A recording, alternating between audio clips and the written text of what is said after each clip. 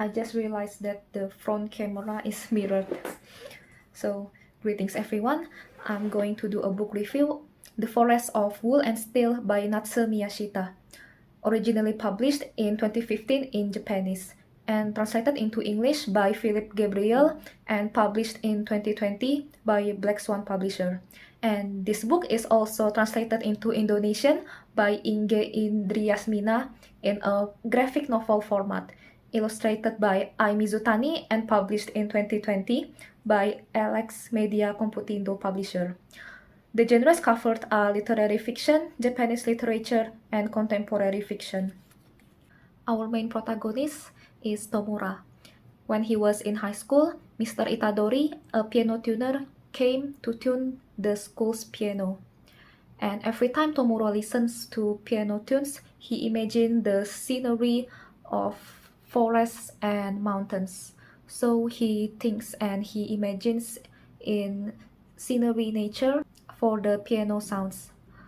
Tomura found his calling as a piano tuner after meeting Mr. Itadori in his school, and he decided to attend piano tuning school after graduating high school. Tomura starts his career journey as a piano tuner in Eto Music Shop, the place where Mr. Itadori works. Along with other piano tuners, Tomura got experiences and insights in his piano tuning career journey. Each chapter tells separate Tomura's experiences chronologically from a novice to reaching his dream potential as a professional piano tuner. Let's go to my analysis of this book. The setting is in a small town in Hokkaido in Japan in present time. And for the characters, each character has their own role and some characteristics I found relatable, and they have their own personalities and insights. I love the overall character depiction and their roles. I love their own uniqueness and they deserve my respect. So for the plot, it is written in first person point of view, linear narrative chronological order, and the plot has not much tension or conflict along the story.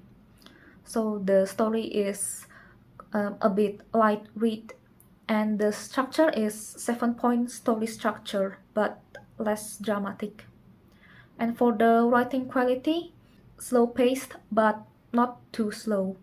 Quite a lot of metaphors, especially in describing piano plays. For example, in page 3, in the first paragraph, inhale the scent of a forest close by. I can smell the earthy fragrance of autumn as night falls, the leaves gently rustling. I can feel the damp air of dusk descending. The forest is not there. It is in my mind's eye. Because right now I'm standing in the corner of a deserted school gym at the end of the day. I'm a lower 6 student and I've just accompanied a man with a large briefcase into the building. Page 211.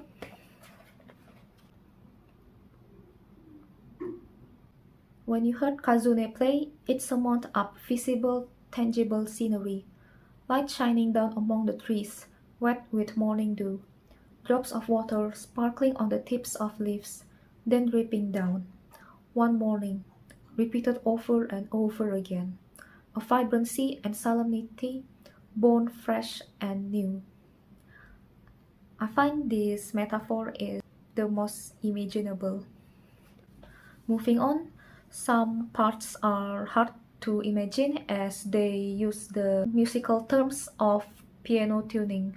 So it's hard as someone without musical background to imagine the methods in piano tuning. In my opinion, the main character most of the time receives and responds to experiences instead of producing experiences to other people and taking action.